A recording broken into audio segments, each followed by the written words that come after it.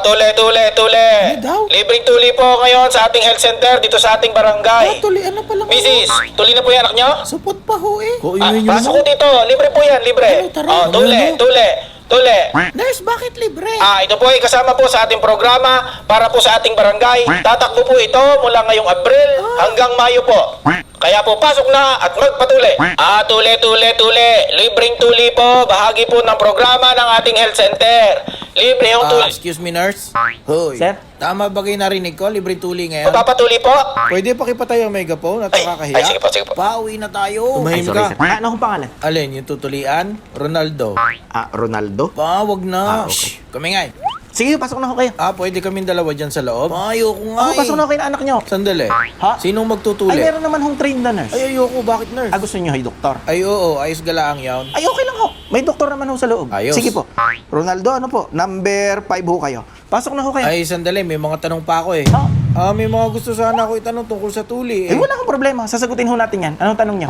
Pwede na maglangoy sa dagat? Ay, huwag nyo ho patatalonin sa dagat o kaya sa ilog. Oh, bakit? At Bawal? prone ho yan sa infection. Yun po yung lumang tradisyon na ho yun. Hindi na ho yun advisable. Anong pwede naming ipanglanggas o ipanghugas? Ay pwede na ho yung malinis na tubig. Tubig? Oho. At saka po mild soap. Anong klaseng mild soap?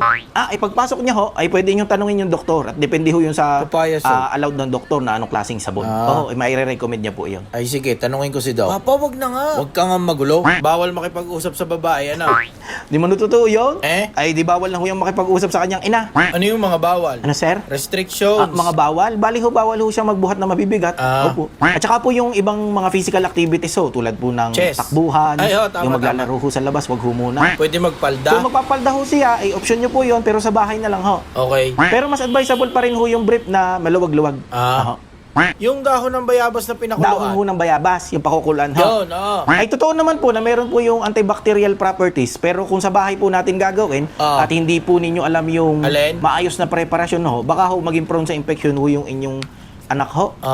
Oho. Yung pong malinis na tubig ay maaari na po yun. Safe na po yun. Paano sir? Ay sa tayo. Pasok na ho kay Dennis Ay, sa center. sandali. Ha? May tanong pa ako tungkol sa dapat kainin. Diet. Ang sabi nila ay dapat iwasan daw yung malalansa. Naku, hindi naman ho totoo yun. Tunay? Oo, yung malalansa. Actually ho, yung malalansa, mataas ho ang protein. Oho. At ang protein ho ay Manok, isda. nagpo-promote ho yun ng faster wound healing. Opo. Wala hong restriction sa diet. Oho. Pwede hong kumain kahit yung malalansa na iyon. Siya, sige, salamat. Ay sige, pasok nyo na yung anak nyo. Hindi naman siya yung papatuli. Ay, sino ring Ronaldo? Ay, ako yan. Ay, kayo ho. Nakakahiya ka, Papa. Shot.